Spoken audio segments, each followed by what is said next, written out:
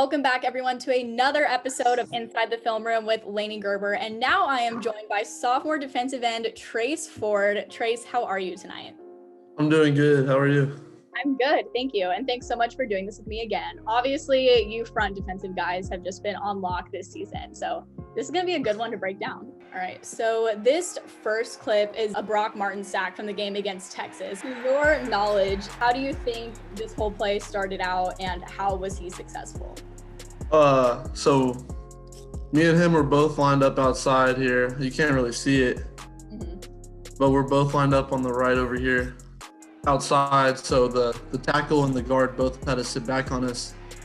And so they were both jumping out, and that's when Brock made an inside move. And I remember before the play that he was actually talking about doing that. And so it worked out in his advantage because the guard was oversetting on us. Communication is just really key amongst you guys on the outside, right? Yeah, we're talking nonstop about what we can do. In this clip here, you do an excellent job of getting around the offensive tackle, and you would have been all over Sam Ellinger if your teammates didn't get to him just a split second sooner than you did.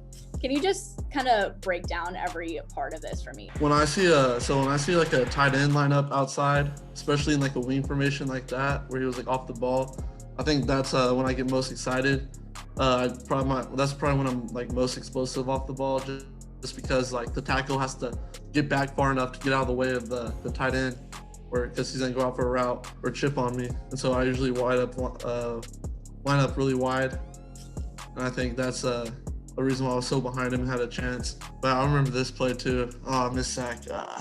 I know it probably hurts you so bad, but you have your teammates there to back you up. So yeah, of course.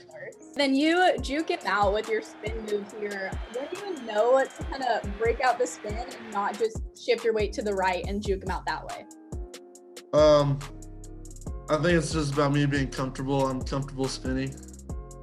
I don't really trust my core weight to just sidestep right there. Plus, the tackle's shoulders set vertical, so he was already turned. So I knew if I came back inside or countered, he was going to go past me. Just a fast play. That play just went by really fast, and I kind of want to got him on his butt. This next clip is a Tyler Lainey sack from the Texas team. What's going on here, and why was he successful? So I don't remember the play, but I definitely know he's has a bend technique right there, and that's like a perfect bend. He bends right off of him. He has no space in between. Our coaches would love to see this one right now. What do you mean by when he bends off of him? So when you bend, if the tackle goes down, you're supposed to bend off his butt, and the less space between the tackle, the better. And right here, he just cleanly has no space in between him and the tackle, so no one can get under him and sniff him out. And so he had perfect room to get that sack. You see how the tight end couldn't get to him because he was so close to the tackle, there was no room for him to get under him. And that's what number 80's job was to do, was to get under him. And then he went to Amon instead because he couldn't get to him. That was a great play by Tyler. Wow. You were in the back here. Were you waiting for the run? Yeah, so I had that's a run play.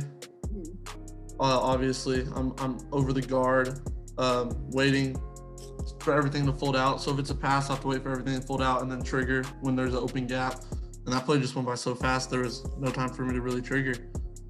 So how do you guys set up for the RPO? It's a mixture of coverage in the backfield, and then the D-line. I mean, you never know if it's going to be an RPO, pass, run. Like, you don't know before the snap.